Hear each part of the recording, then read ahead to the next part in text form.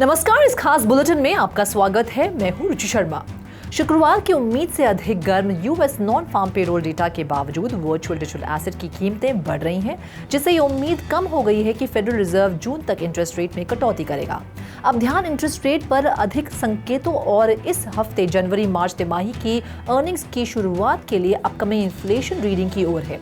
पिछले 24 घंटों में बिटकॉइन $69,000 के स्तर का सफलतापूर्वक बचाव करने में कामयाब रहा, जिससे स्पॉट और डेरिवेटिव दोनों मार्केट्स में निवेशकों की मजबूत भूख का फायदा हुआ। मार्केट कैप के हिसाब से सबसे बड़ी क्रिप्टो करेंसी बिटकॉइन हाल ही में 0.4% बढ़कर $69,291 पर ट्रेड कर रही है। हाल ही में फाइनेंशियल मार्केट्स में लगातार अस्थिरता देखी जा रही है, क्योंकि मैक्रो संकेतक मिश्रित संकेत प्रस्तुत कर रहे हैं।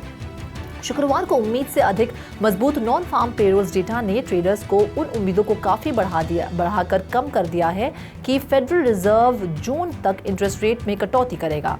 ये उम्मीद बिटकॉइन और अन्य वर्चुअल एसेट के लिए भी बहुत कम फायदेमंद साबित हो रही है। ब्रॉडर क्रिप्टो मार्केट्स बिटकॉइन पर बारीकी से नजर रख रहे हैं। इथेरियम मार्केट कैपिटलाइजेशन के हिसाब से दूसरी सबसे बड़ी क्रिप्टो करेंसी $3,400 के स्तर पर बनी हुई है। हाल ही में ये लगभग 2% बढ़कर $3,426 पर पहुंच गई। ईथर वेल की नींद से उठने की चर्चा ने स्मार्ट कॉन्ट्रैक्ट टोकन को अपने प्रतिस्पर्धियों से बेहतर प्रदर्शन करने में मदद की है। दूसरी ओर बाइनेंस, एडीए, एक्सआरपी, एवीए नीचे ट्रेड कर रहे थे। पिछले 24 घंटों में ग्लोबल क्रिप्टो मार्केट कैप 0.8% बढ़कर $2.59 ट्रिलियन हो गई। इसी तरह कुल क्रिप्टो मार्केट का वॉल्यूम 1.8% बढ़कर $63 बिलियन हो गया। DeFi में टोटल वॉल्यूम वर्तमान में $8 बिलियन है और सभी स्टेबल कॉइन्स $56 बिलियन है, जो कुल क्रिप्टो मार्केट के 24 आवर के वॉल्यूम का क्रमशः 12% और 88% का प्रतिनिधित्व करते हैं। बिटकॉइन का प्रभुत्व वर्तमान में 52.7% है, जो दिन के दौरान 0.3% कम है। टॉप 15 टोकन का बैरोमीटर IC15 इंडेक्स 1% बढ़कर 87,736 पर पहुंच गया। इस बीच सीसी डेटा की नवीनतम एक्सचेंज रिव्यू रिसर्च रिपोर्ट के अनुसार क्रिप्टो करेंसी ट्रेडिंग एक्टिविटी में उल्लेखनीय वृद्धि देखी गई है। सेंट्रलाइज एक्सचेंज स्पॉट और डेरिवेटिव्स ट्रेडिंग वॉल्यूम में नए सर्वकालीन उच्च स्तर पर पहुंच गए हैं। कॉइनबेस ट्रेडिंग वॉल्यूम 92.9% बढ़कर अभूतपूर्व $9.12 ट्रिलियन हो गया, क्योंकि बिटकॉइन के कई सर्वकालीन ऊंचाई पर पहुंचने के बीच ट्रेडर्स ने मार्केट में उत्सुकता से भाग लिया। स्पॉट ट्रेडिंग वॉल्यूम दुगने से अधिक होकर $2.94 ट्रिलियन हो गई। मई 2021 के बाद से सबसे अधिक मासिक आंकड़े, जबकि डेरिवेटिव्स ट्रेडिंग वॉल्यूम में 87% बढ़कर $6.18 ट्रिलियन हो गया। कॉइनबेस की लेयर 2 स्केलिंग सोल्यूशन बेस ने डेली ट्रांजैक्शन के मामले में इथेरियम और आर्बिट्रम से बेहतर प्रदर्शन किया है। बेस की 30 दिवसीय ट्रांजैक्शन संख्या 45.21 मिलियन है, जबकि आर्बिट्रम नोवा की ट्रांजैक्शन संख्या सबसे अधिक 81.31 मिलियन है। पिछले 7 दिनों में ट्रांजैक्शन में 19.96% की वृद्धि हुई है, जिसकी वजह से कॉइनबेस का base total value locked $3.89 billion तक पहुंच गया है। ये वृद्धि L2 क्रिप्टो करेंसी के लिए महत्वपूर्ण है, क्योंकि इथेरियम और आर्बिट्रम 1 की तुलना में ये एक महत्वपूर्ण वृद्धि है। इथेरियम का TVL 7 दिन पहले से 4.24% कम होकर $40.02 बिलियन तक पहुंच गया। बेस की ट्रांजैक्शन फ्रीक्वेंसी पर सेकंड 35.16 तक पहुंच गई, जो 36.12% की वृद्धि दर्शाता है, जबकि आर्बिट्रम और इथेरियम अब क्रमशः 17.8 और 14.38 पर हैं। काइको की रिपोर्ट के अनुसार बिटकॉइन ने Q1 2024 में ट्रेडिंग वॉल्यूम में महत्वपूर्ण वृद्धि का अनुभव किया, जो पिछले 3 सालों में इसका तीसरा सबसे अच्छा प्रदर्शन है। जनवरी और मार्च 2024 के बीच नेटवर्क ने $1.4 ट्रिलियन से अधिक ट्रेडिंग वॉल्यूम दर्ज की, जो कि Q4 2023 में दर्ज $674 बिलियन से 107% अधिक है। इस उछाल को मजबूत मार्केट एंगेजमेंट और बेहतर पार्टिसिपेशन के लिए जिम्मेदार ठहराया गया था, एक उपलब्धि जो 2021 की पहली और दूसरी तिमाही में नहीं देखी गई थी। OKX और बाइबिट जैसे प्रमुख सेंट्रलाइज्ड एक्सचेंजेस ने महत्वपूर्ण वृद्धि का अनुभव किया, जबकि बिथम, कॉर्बिट, बिटफ्लायर और जेफ जैसे छोटे एशियाई प्लेटफॉर्म्स ने ट्रेडिंग वॉल्यूम में उच्चतम प्रतिशत वृद्धि दर्ज की। अमेरिका में स्पॉट बिटकॉइन ETFs के लॉन्च ने BTC की कीमत पर सकारात्मक प्रभाव डाला, जिसकी वजह से 64% की बढ़त हुई। हालांकि BTC और ऑल्ट कॉइन्स के बीच 60 दिवसीय सहसंबंध Q1 2024 में बहुवर्ष के निचले स्तर पर गिर गया। यूनिस्वैप के नेटिव टोकन UNI एक गवर्नेंस प्रपोजल के बाद बढ़ी हुई अस्थिरता के कारण सबसे अधिक गिरावट का अनुभव कर रहा है। वजीरेक्स की मार्च 2024 की रिपोर्ट से पता चलता है कि शिबा इनू, डोजकॉइन और बिटकॉइन जैसी प्रमुख क्रिप्टो करेंसी को पीछे छोड़ते हुए टॉप ट्रेड करने वाला टोकन बन गया है। ये मीम कॉइन में इन्वेस्टर्स की रुचि में एक महत्वपूर्ण बदलाव का संकेत देता है, जो एक वाइब्रेंट ट्रेडिंग कम्युनिटी के साथ एक बढ़ता हुआ एसेट क्लास है। पेपे और फ्लोकी ने भी सबसे अधिक ट्रेड करने वाले टोकन में स्थान हासिल किया है, जो उच्च जोखिम उच्च इनाम वाली एसेट में बढ़ती रुचि का संकेत देता है। इथेरियम, जिसे आमतौर पर ट्रेड वॉल्यूम अध्ययन में शामिल किया जाता है, उसे टॉप रैंकिंग से हटा दिया गया है। Bitcoin.com के ऑस्ट्रेलियन डिवीजन जैसे महत्वपूर्ण एक्सचेंजेस पर लिस्टिंग के कारण शिप की वैश्विक पहुंच का विस्तार हुआ है।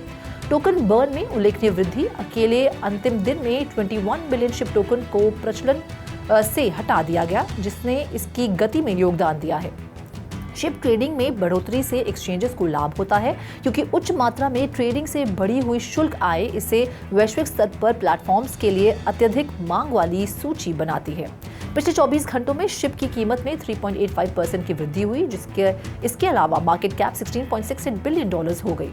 वर्तमान में शिप क्रिप्टो करेंसी में अवलांच और बिटकॉइन कैश के बीच 12वां सर्वोच्च स्थान रखता है।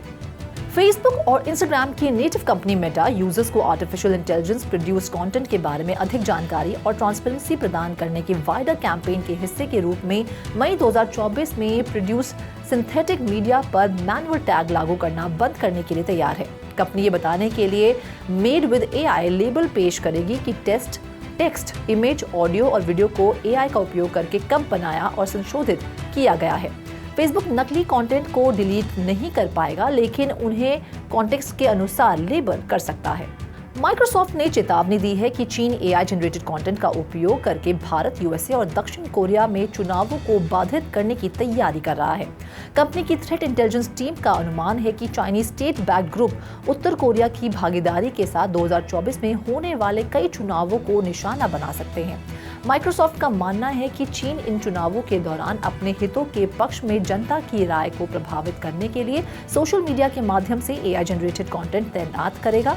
राजनीतिक विज्ञापनों द्वारा एआई तकनीक का उपयोग करके डिसेप्टिव और फॉल्स कंटेंट तैयार करने का खतरा, जिसमें डीपफेक या मनगढ़ंत घटनाएं शामिल हैं जो कभी घटित ही नहीं हुई, एक महत्वपूर्ण चुनावी वर्ष में महत्वपूर्ण है। माइक्रोसॉफ्ट ने कहा कि इस तकनीक के साथ चीन का बढ़ता प्रयोग समय के साथ संभावित रूप से और अधिक प्रभावी हो सकता है। ताइवान के चुनाव को प्रभावित करने के चीन के पिछले प्रयास में एआई जनरेटेड डिसइंफॉर्मेशन का प्रसार शामिल था, जो किसी राज्य समर्थित इकाई द्वारा विदेशी चुनाव में ऐसी रणनीति का उपयोग करने का पहला उदाहरण था। माइक्रोसॉफ्ट ने बताया कि चाइनीज ग्रुप यूएसए में प्रभाव अभियान चलाना जारी रखते हैं, विभाजनकारी सवाल उठाने और प्रमुख मतदान जनसांख्यिकी पर खुफिया जानकारी इकट्ठा करने के लिए सोशल मीडिया प्लेटफॉर्म्स का लाभ उठाते हैं। भारत मौसम विज्ञान विभाग के अनुसार भारत के मौसम वैज्ञानिक मौसम पूर्वानुमान को बेहतर बनाने के लिए एआई और मशीन लर्निंग का उपयोग कर रहे हैं। आईएमडी ने देश के 85% भूभाग को कवर करते हुए 39 डॉपलर मौसम रडार तैनात किए हैं। उम्मीद है कि एआई से अगले 5 वर्षों के भीतर मौसम मॉडल और तकनीकों में उल्लेखनीय सुधार होगा।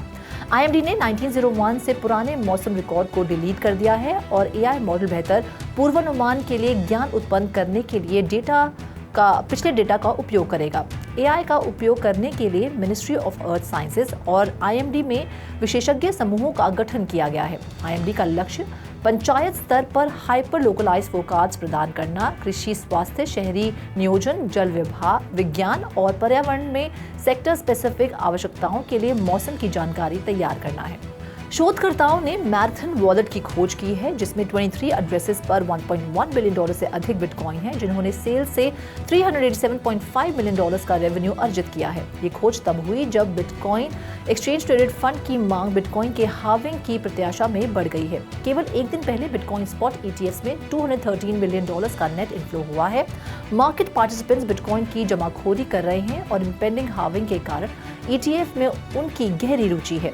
हालिया बाजार में उतार चढ़ाव के बावजूद बिटकॉइन वेल सक्रिय रूप से बड़ी मात्रा में बिटकॉइन जमा कर रहे हैं, जिससे पता चलता है कि बड़े निवेशक आमतौर पर तेजी में हैं। माइनिंग रिवॉर्ड्स में कमी बिटकॉइन बाजार में संभावित भविष्य के लाभों के लिए खुद को तैयार कर रहे हैं। हालांकि फ्यूचर्स मार्केट से पता चलता है कि उथल-पुथल हो सकती है, भले ही बिटकॉइन में इंस्टीट्यूशनल इंटरेस्ट बढ़ रहा हो। कॉइनबेस प्रीमियम, जो कॉइनबेस और अंतर्राष्ट्रीय एक्सचेंजेस के बीच बढ़ रही मूल्य असमानता दर्शाता है कि यूएसए में फाइनेंशियल इंस्टीट्यूशंस अधिक बिटकॉइन खरीद रहे हैं। ये प्रीमियम विशेष रूप से बिटकॉइन के लिए यूएस आधारित एक्सचेंज ट्रेडेड फंड्स में रीसेंट इन्फ्लोज के कारण विशेष रूप से उल्लेखनीय है। दक्षिण कोरियाई अधिकारी वर्चुअल एसेट ट्रेडिंग के लिए अपडेटेड गाइडलाइंस जारी करने के लिए तैयार हैं, जो संतोषजनक स्पष्टीकरण के बिना पहले से हैक किए गए कॉइन्स की लिस्टिंग या रीलिस्टिंग पर रोक लगाएंगे। गाइडलाइंस में फॉरेन वर्चुअल एसेट इशुअर्स को विशेष रूप से कोरियन मार्केट्स के लिए एक व्हाइट पेपर या टेक्निकल मैनुअल जारी करने की भी आवश्यकता है। Korean financial supervisory service domestic virtual asset project से जुड़ी हालिया हैकिंग घटनाओं के कारण डिजिटल एसेट एक्सचेंज एसोसिएशन से रिवाइज गाइडलाइंस पर राय एकत्र कर रही है। अपडेटेड गाइडलाइंस उन डोमेस्टिक प्रोजेक्ट्स के कॉइन को फिर से लिस्ट करना असंभव बना देंगे जो हैकिंग की घटनाओं से उबर गए हैं लेकिन उल्लंघन के कारण की पहचान करने में विफल रहे हैं। टेक्नोलॉजी को अपनाने के इच्छुक स्थानीय बैंक्स ने अनुरोधों के जवाब में हांगकांग डिस्ट्रीब्यूटेड लेजर टेक्नोलॉजी को लागू करने वाले कमर्शियल लेंडर्स के लिए एक दिशा निर्देश जारी करने के लिए तैयारी की है। HKMA एक आदर्श परिवर्तनकारी नवाचार के रूप में DLT पर ध्यान केंद्रित कर रहा है, जिसका लाभ स्थानीय बैंक्स को लंदन, सिंगापुर और न्यूयॉर्क जैसे वित्तीय केंद्रों में ग्लोबल राइवल्स के साथ कम्पीट करने के लिए उठाना चाहिए। टेक्नोलॉजी एफिशिएंसी बढ़ाएगी, सुरक्षा सुनिश्चित करेगी और स्मार्ट कॉन्ट्रैक्ट्स के माध्यम से ऑटोमेशन का समर्थन करेगी। HKMA रेगुलेटरी कंप्लायंस पर सतर्क रहेगा और समय समय पर गाइडलाइंस को रिवाइज करेगा। हांगकांग भी ब्लॉकचेन अपनाने को बढ़ावा दे रहा है। सिटी स्टेट ने होलसेल ब्लॉकचेन पावर्ड CBDC और टोकनाइजेशन पर जोर देने के लिए प्रोजेक्ट एनसेम्बल लॉन्च किया है। इस खास बुलेटिन में फिलहाल इतना ही। आप देखते रहिए 3Toro TV और ज्यादा जानकारी और स्टोरीज के लिए लॉग ऑन करें हमारी वेबसाइट www.3watchtv.io पर या फिर QR कोड को स्कैन करें।